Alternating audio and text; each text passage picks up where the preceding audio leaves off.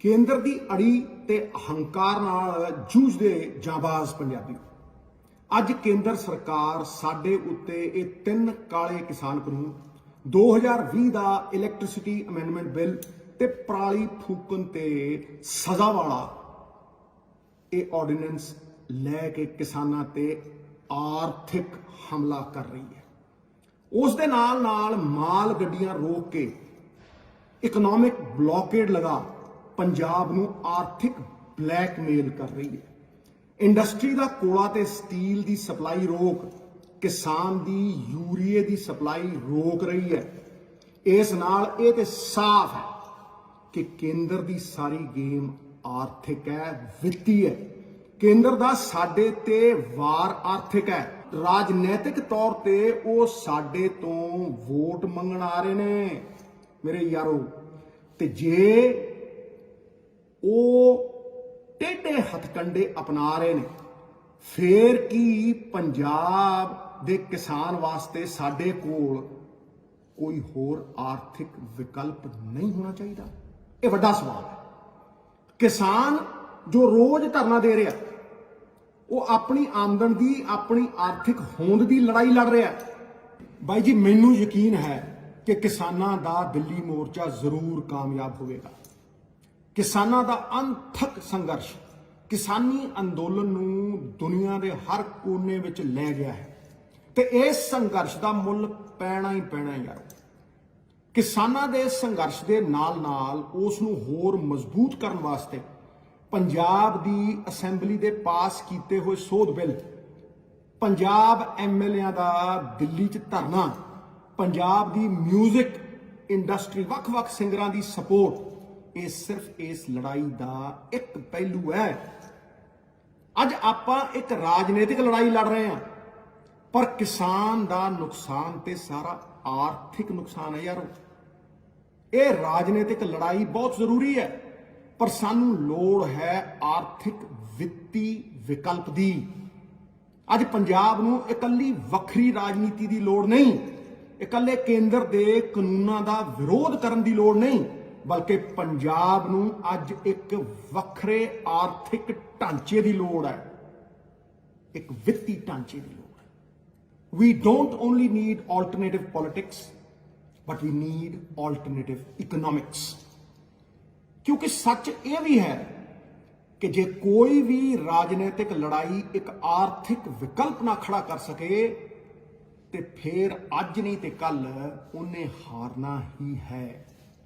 ਮੈਂ ਕਹਿੰਦਾ ਕਿ ਕਿਸਾਨ ਆਪਣੀਆਂ ਪੰਜੇ ਮੰਗਾਂ ਤੇ ਅੜੇ ਰਹਿਣ ਤੇ ਉਸ ਨੂੰ ਮਨਵਾ ਵੀ ਲੈਣ, ਪਰ ਨਾਲ ਨਾਲ ਆਪਣੇ ਆਪ ਨੂੰ ਤਕੜਿਆਂ ਤਾਂ ਕਰੋ, ਮਜ਼ਬੂਤ ਤੇ ਕਰੋ। ਜੇ ਸਾਡੀਆਂ ਮੰਗਾਂ ਅੱਜ ਮੰਨੀਆਂ ਵੀ ਗਈਆਂ, ਜੇ ਕੇਂਦਰ ਨੇ ਕਾਲੇ ਕਾਨੂੰਨ ਵਾਪਸ ਲੈ ਵੀ ਲਏ, ਕੀ ਪੰਜਾਬੀ ਦੀ ਕਿਸਾਨੀ ਦਾ ਸਾਰਾ ਮਸਲਾ ਹੱਲ ਹੋ ਜੂ ਵੀਰੋ? ਕਿ ਦਸ਼ਕਾਂ ਤੋਂ ਕਰਜ਼ੇ ਥੱਲੇ ਡੁੱਬੀ ਕਿਸਾਨੀ, ਆਤਮ ਹੱਤਿਆ ਕਰ ਰਹੇ ਕਿਸਾਨ, ਜ਼ਮੀਨ ਵੇਚ ਕੇ America, Canada, UK, Australia, Europe ਪਲਾਇਨ ਕਰਦਾ ਨੌਜਵਾਨ ਜੋ ਅੱਜ ਲੇਬਰ ਕਰਨ ਤੇ ਮਜਬੂਰ ਹੈ, ਕਿ ਇਕੱਲੇ ਕਾਲੇ ਕਾਨੂੰਨ ਵਾਪਸ ਹੋਣ ਨਾਲ ਉਸ ਦੀ ਸਾਰੀ ਮੁਸ਼ਕਿਲ ਹੱਲ ਹੋ ਜੂ? ਵੱਡਾ ਸਵਾਲ ਹੈ। ਸਾਨੂੰ ਆਤਮ ਚਿੰਤਨ ਦੀ ਲੋੜ ਹੈ, ਯਥਾਰਥ ਤੇ ਧਰਾਤਲ ਦੇ ਉੱਤੇ ਖੜਾ ਹੋ ਕੇ। ਇਹ ਪੰਜਾਬ ਜਿੱਥੇ 5000 ਸਾਲ ਤੋਂ ਖੇਤੀ ਹੋ ਰਹੀ ਹੈ, ਗੁਰੂ ਨਾਨਕ ਪਾਤਸ਼ਾਹ ਨੇ ਜਿੱਥੇ ਖੇਤੀ ਕੀਤੀ ਹੈ ਔਰ ਸਾਡੇ ਲੜ ਲਾਈ ਹੈ, ਇੱਥੇ ਕਿਸਾਨੀ ਮਰ ਨਹੀਂ ਸਕਦੀ ਜੇ ਆਪਾਂ ਇਸ ਨੂੰ ਖੁਦ ਨਾ ਮਾਰੀਏ। We are never defeated, we defeat ourselves। Punjab ਦਾ ਕਿਸਾਨ ਬਾਹਰ ਜਾ ਕੇ ਛੋਟਾ ਮੋਟਾ ਉਦਯੋਗ ਚਲਾਉਂਦਾ ਹੈ, ਮਿਹਨਤਾਂ ਕਰਦਾ ਹੈ, ਉਹਦਾ ਮੁੱਲ ਪਾਉਂਦਾ ਹੈ, ਫਿਰ ਉਹ ਇਸ ਪਵਿੱਤਰ ਧਰਤੀ ਜਿੱਥੇ ਉਹਦੀ ਆਤਮਾ ਵਸਦੀ ਹੈ, ਸਰੀਰ ਭਾਵੇਂ ਬਾਹਰ ਹੋਵੇ ਲੇਕਿਨ ਰੂਹ ਇੱਥੇ ਹੈ, ਉਹਨੂੰ ਛੱਡ ਕੇ ਕਿਉਂ ਜਾਂਦਾ ਹੈ? ਇਹਦਾ ਵਿਚਾਰ ਕਰੋ। ਮੈਂ ਹੱਥ ਇੰਜ ਰੱਖਣ ਦਾ ਸਖਤ ਵਿਰੋਧੀ ਤੇ ਸਿਰਫ ਕੇਂਦਰ ਤੋਂ ਮੰਗਣ ਦੇ ਵੀ ਖਿਲਾਫ। ਜੇ ਪੰਜਾਬ ਜਿਤਾਉਣਾ ਤੇ ਫਿਰ ਜਦ ਸਾਡੇ ਸਾਹਮਣੇ ਪੰਜਾਬ ਦੀ ਇਹ ਆਰਥਿਕ ਮੁਸ਼ਕਲ ਆਉਂਦੀ ਹੈ, ਸਾਨੂੰ ਅੱਖਾਂ ਦਿਖਾਉਂਦੀ ਹੈ, ਤੇ ਅਸੀਂ ਬਚਦੇ ਹਾਂ। ਭੈ ਵੀ ਸਾਨੂੰ ਸਤਾਉਂਦਾ ਹੈ। ਕੋਈ ਕਹਿੰਦਾ ਹਾਲਾਤ ਖਰਾਬ ਹੋ ਗਏ ਜੀ, ਕੋਈ ਕਹਿੰਦਾ ਬਾਹਰੀ ਤਾਕਤਾਂ ਜੀ, ਪਰ ਪੰਜਾਬ ਦੀ ਹਜ਼ਾਰਾਂ ਕਰੋੜ ਦੀ ਆਮਦਨ ਦਾ ਰਾਹ ਬੰਦ ਕੀਤਾ ਜਾ ਰਿਹਾ ਹੈ। ਅੱਜ ਸਵਾਲ ਹੈ ਕਿ ਕਿਸਾਨ ਦਾ, ਮਜ਼ਦੂਰ ਦਾ, ਉਹਨਾਂ ਦੀ ਆਰਥਿਕ ਮਜਬੂਰੀ ਦਾ ਆਰਥਿਕ ਹੱਲ ਹੋਵੇ। ਪੰਜਾਬ ਦੀ ਬਾਹਰ ਜਾਣ ਵਾਲੀ ਜਵਾਨੀ ਨੂੰ ਮੌਕੇ ਮਿਲਣ, ਉਹਨੂੰ ਆਰਥਿਕ ਐਮਪਾਵਰਮੈਂਟ ਮਿਲੇ, ਸਮਰਿੱਧ ਹੋਵੇ ਉਹ ਨੌਜਵਾਨ, ਫਿਰ ਬਾਹਰ ਕਿਉਂ ਜਾਊ? ਬਾਕੀ ਸੂਬਿਆਂ ਦੇ ਮੁਕਾਬਲੇ ਪੰਜਾਬ ਦੀ ਵਿਲੱਖਣ ਤਾਕਤ, ਸਾਡਾ ਯੂਨੀਕ ਸੈਲਿੰਗ ਪੁਆਇੰਟ USP, ਜਿਸ ਨੂੰ ਆਰਥਿਕ ਕੰਪੈਰੀਟਿਵ ਐਡਵਾਂਟੇਜ ਕਿਹਾ ਜਾਂਦਾ ਹੈ, ਉਹ ਕਿਸਾਨੀ ਹੈ। ਇਸ ਵਿੱਚ ਅਸੀਂ ਮਾਹਰ ਹਾਂ, ਤਾਂ ਹੀ ਦੇਸ਼ ਦਾ ਢਿੱਡ ਭਰਿਆ। ਤੇ ਫਿਰ ਕਿਉਂ ਨਹੀਂ ਬੀਜਣ ਦਾ, ਵੇਚਣ ਦਾ, ਸਟੋਰ ਕਰਨ ਦਾ ਆਰਥਿਕ ਮਾਡਲ ਪੰਜਾਬ ਆਪਣਾ ਆਪ ਲਿਖੇ।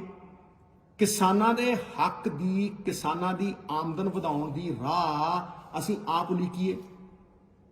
ਕੁਝ ਦਿਨ ਪਹਿਲਾਂ ਮੈਂ ਵੱਲਾ ਮੰਡੀ ਅੰਮ੍ਰਿਤਸਰ ਵਿੱਚ ਬੈਠ ਕੇ ਵੱਧ ਰਹੀ ਅੰਨ ਦੀ ਮਹਿੰਗਾਈ ਬਾਰੇ ਕਿਸਾਨਾਂ, ਆੜ੍ਹਤੀਆਂ ਤੇ ਪੱਲੇਦਾਰ ਮਜ਼ਦੂਰਾਂ ਨਾਲ ਗੱਲ ਕੀਤੀ ਸੀ।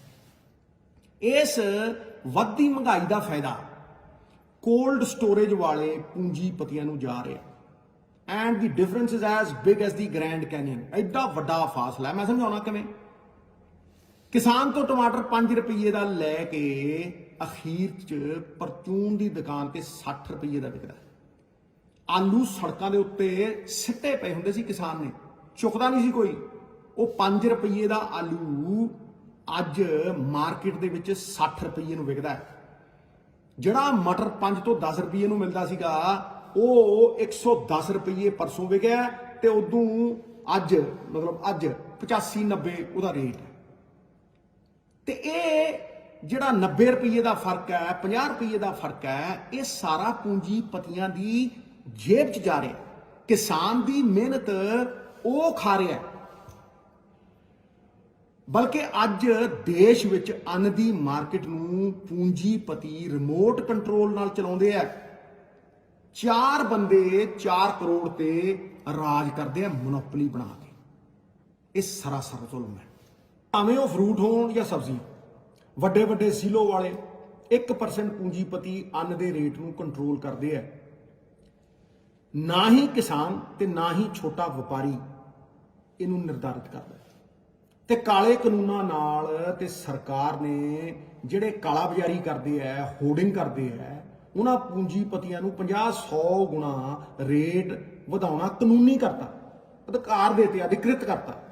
ਹੁਣ ਇਹ ਕਣਕ ਤੇ ਝੋਨਾ ਵੀ ਇਸੇ ਤਰ੍ਹਾਂ ਸਸਤਾ ਲੈ ਕੇ, ਜਿਸ ਤਰ੍ਹਾਂ ਸੇਬ ਦੀ ਮਾਰਕੀਟ ਨੂੰ ਅਡਾਨੀ ਕੰਟਰੋਲ ਕਰਦਾ, ਸਾਨੂੰ ਵੀ ਕੰਟਰੋਲ ਕਰਨੀ। ਸਰਕਾਰ ਪੂੰਜੀਪਤੀਆਂ ਹਵਾਲੇ ਦੇਸ਼ ਦੀ ਫੂਡ ਸਿਕਿਉਰਿਟੀ ਨੂੰ ਗਿਰਵੀ ਕਰ ਰਹੀ ਹੈ। FCI ਨੂੰ ਵੀ ਹੌਲੀ ਹੌਲੀ ਖਤਮ ਕਰ ਰਹੀ ਹੈ। ਖੇਤੀ ਵਿੱਚ ਜੇ ਅਡਾਨੀ ਤੇ ਅੰਬਾਨੀ ਨੂੰ ਕਾਮਯਾਬੀ ਦਿਖ ਰਹੀ ਹੈ, ਤੇ ਸਾਡੇ ਕਿਸਾਨ ਕਰਜ਼ਾਈ ਖੇਤੀ ਕਿਉਂ ਕਰਨ?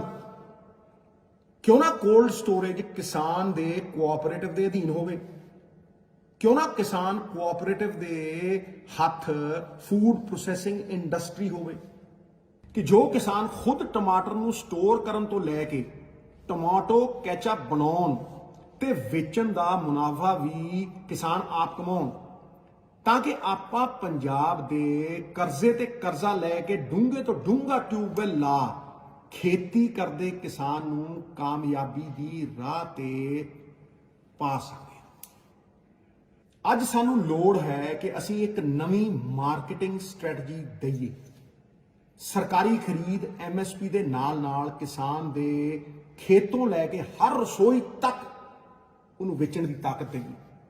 ਹਰ ਫਸਲ ਦਾ ਵੱਧ ਤੋਂ ਵੱਧ ਮੁਨਾਫਾ ਵਾਪਸ ਕਿਸਾਨ ਦੇ ਕੋਲੇ ਆਵੇ।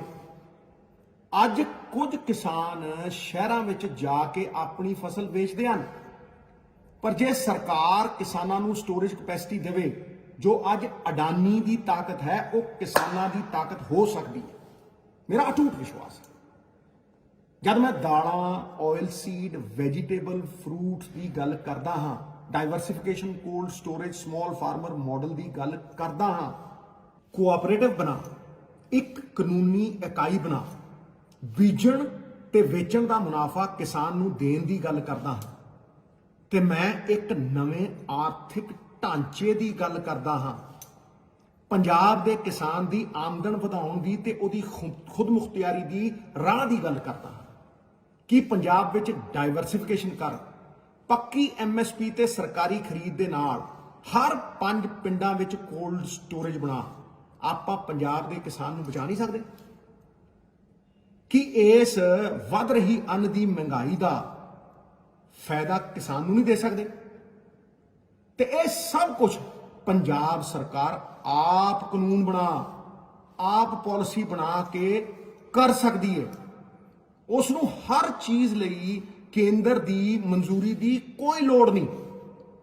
ਅੱਜ ਭਾਰਤ ਆਪਣੀ ਖਪਤ ਵਾਸਤੇ 70% ਐਡੀਬਲ ਆਇਲ ਕਹਿਣ ਦਾ ਭਾਵ ਜਿਹੜੇ ਤੇਲ ਆਪਾਂ ਖਾਣੇ 'ਚ ਪਾਉਂਦੇ, ਉਹ ਐਡੀਬਲ ਆਇਲ ਇੰਪੋਰਟ ਕਰ ਰਿਹਾ ਹੈ ਹਿੰਦੁਸਤਾਨ, ਮਲੇਸ਼ੀਆ, ਅਰਜਨਟੀਨਾ, ਇੰਡੋਨੇਸ਼ੀਆ ਤੇ ਯੂਕਰੇਨ ਤੋਂ।